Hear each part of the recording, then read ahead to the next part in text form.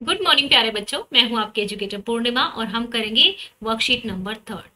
अभी तक की जो दो वर्कशीट हुई हैं उसमें हमने परिमेय संख्याओं के बारे में जाना था। तो चलिए अब आगे हम ऋणात्मक परिमेय संख्याओं के बारे में जानेंगे। ऋणात्मक परिमेय संख्याएं मतलब नेगेटिव, ठीक है, जिस माइनस का साइन जिसके आगे लगा।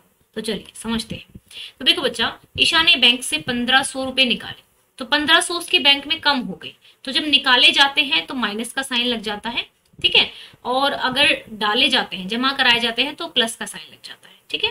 पेट्रोलियम की खान समुद्र तल से 120 बाय 3/5 किलोमीटर नीचे है, ठीक है। तो -120 3/5 यहाँ पे लिखा जाएगा, माइनस लग जाएगा। अगर दीक्षा के 1/4 जो रुपए हैं वो नाली में गिर गए तो हम उसके आगे नेगेटिव लगा देंगे, क्योंकि उसके पास तो रहे नहीं, उसके पास से तो घट गए ना।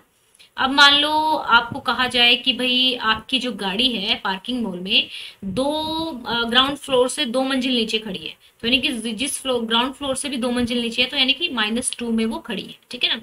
फिर लद्दाख का तापमान 0 से 16 अंश कम है, ठीक है। तो कैसे लिखेंगे? नेगेटिव में लिखेंगे। तो इसको समझते हैं, हो सकता है आपको थोड़ा समझना आ रहा हो। तो एक बार एक पेज ले लेते हैं और उसमें हम यहाँ पे इसको समझेंगे पेज पे, ठीक है।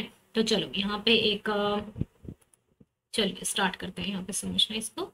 यहाँ पे एक नया पेज ले लेते हैं, ये हमने एक पेज और एक ले लेते हैं लाइन, ठीक है, जिसमें मैं आपको समझा दूंगी कि भाई नेगेटिव लाइन ये हो गई, हमारी लाइन आ गई, ठीक है। अब देखो यहाँ पे क्या है, आपको ध्यान रखना है।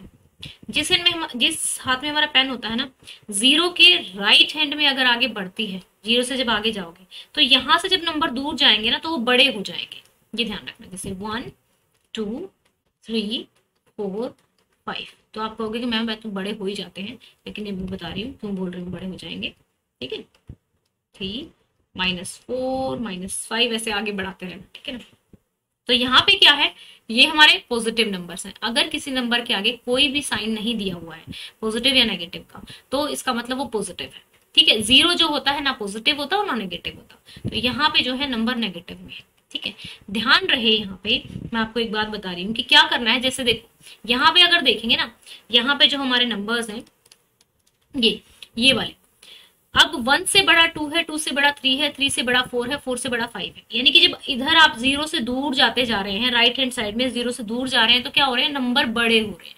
लेकिन नेगेटिव में ना उल्टा होता है, नेगेटिव में उल्टा होता है, जितने नंबर दूर जाएंगे उतने छोटे होते जाएंगे, जितने नंबर दूर जाएंगे उतने छोटे जाएंगे। तो ये कह सकते हैं कि मतलब आप पे कर्जा, नेगेटिव समझ लो कि कर्जा होता है, जितना ज्यादा कर्जा आपके पास बढ़ेगा तो आपके लिए प्रॉब्लम ही होगी ना, ठीक है। तो अगर आपसे पूछा जाए कि -5 और -1 में से कौन बड़ा है, तो डेफिनेटली -1 बड़ा है, क्योंकि ये ज्यादा जीरो के पास है, ठीक है। ये समझ में आएगी। अब देखो, अब मैं लिख देती हूँ 5 5 7 3 9 2 8 0, ठीक है। मैंने कहा ये नंबर और 1 कौन सा बड़ा है, क्योंकि दोनों में से किसी के आगे कोई सिंबल नहीं है, दैट मीन्स ये पॉजिटिव नंबर्स हैं, ठीक है, धनात्मक नंबर्स हैं। तो कौन सा बड़ा हो गया, वो आपका ये वाला नंबर बड़ा हो गया, ठीक है।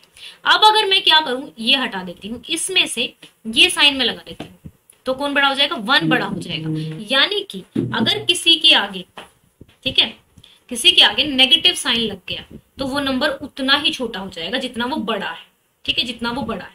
लाइक अभी मैं आपसे पूछती हूँ कि यहाँ पे बताओ, मैंने लिखा यहाँ पर कि -6 और -2 में से कौन सा बड़ा है, तो -2 बड़ा होगा, ठीक है, क्योंकि नेगेटिव में जो छोटा होता है वो एक्चुअल में बड़ा होता है और जो बड़ा होता है वो एक्चुअल में छोटा, ठीक है ना। तो चलिए समझते हैं, अब अपनी वर्कशीट से इसको करेंगे। अब एक बात ये तो आपको पता ही होगी कि जो ये 5/7 जैसे मैंने लिखा, ये हमारा हर होता है, ठीक है, एक सेकंड के लिए, ये हमारा हर होता है और ये हमारा अंश होता है, ठीक है। तो चलिए इसको समझते हुए करते हैं यहाँ पे, ओके, वर्कशीट में करेंगे और उसके बाद देखेंगे कि आज की वर्कशीट में आपको क्या करना है। चलो ये देखो, यहाँ पे क्या है, अभी तक हमने यहाँ पे पढ़ लिया था। अब जो ये संख्या दी हुई है, उदाहरण सहित परिमेय संख्याएं पूर्ण हो या भिन्नात्मक हो, ये धनात्मक हो ऋणात्मक हो, यानी कि पॉजिटिव नेगेटिव सब आ जाता है। और जो भिन्न होते हैं, जो फ्रैक्शन में दिए होते हैं, बटे में दिए होते हैं, तो उसमें वो भी रेशनल नंबर्स ही होते हैं, ठीक है ना। तो अब एक ऐसी परिमेय संख्या बताओ जो ना तो पॉजिटिव है, जो ना तो ऋणात्मक है, ऋणात्मक मतलब नेगेटिव और धनात्मक मतलब पॉजिटिव, ठीक है। तो 0 ऐसा ही है, ठीक है। अब आपसे पूछा जाए -26 और -7 में से कौन सा बड़ा है, -7 बड़ा है, ठीक है, ध्यान रहे। अब देखो परिमेय संख्याओं को हम ऐसे भी लिख सकते हैं, मान लो कोई परिमेय संख्या -2/3 है और ये बराबर ही है दोनों, ठीक है, ऊपर नेगेटिव हो या नीचे नेगेटिव हो, वो नेगेटिव ही, पूरी संख्या ही नेगेटिव मानी जाती है, ठीक है।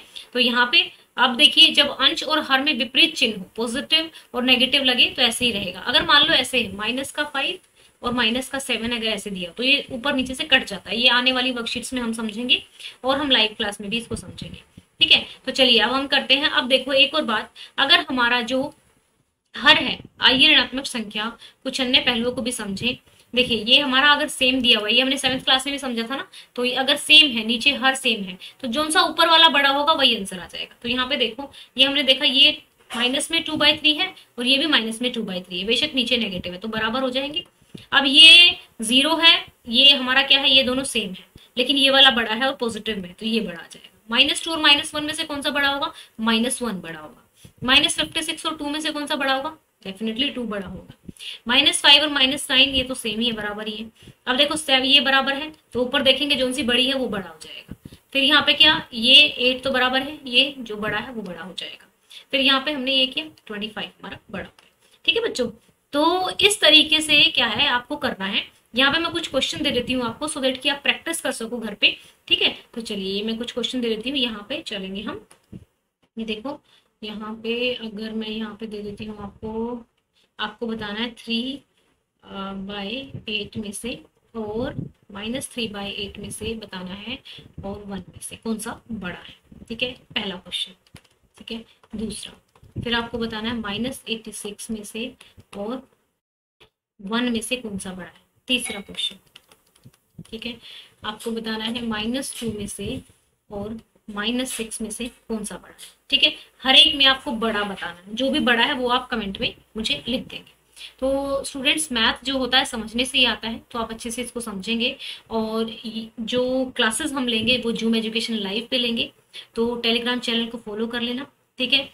टेलीग्राम चैनल को फॉलो करने के लिए आपको टेलीग्राम ऐप को डाउनलोड करना पड़ेगा और तब लिंक को फॉलो करके आप वहां पे ज्वाइन कर सकते हैं, ठीक है। जूम एजुकेशन लाइव पे हम लाइव क्लासेस लेंगे, ओके।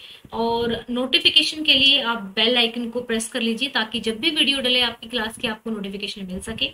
अगर आप चैनल पे नए हैं तो चैनल को सब्सक्राइब कर लीजिएगा, सभी बच्चे अच्छे से पढ़ाई कर सके तो अपने फ्रेंड्स के साथ वीडियोस को शेयर कीजिएगा, ओके बच्चों।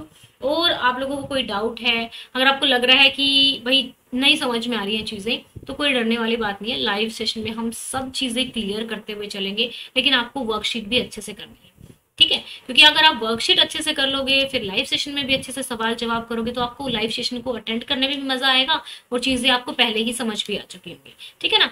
अगर कोई भी डाउट है, लगता है कि मुश्किल, अभी तो हमारी क्लास शुरू हुई है, बिल्कुल भी डरने की जरूरत नहीं है।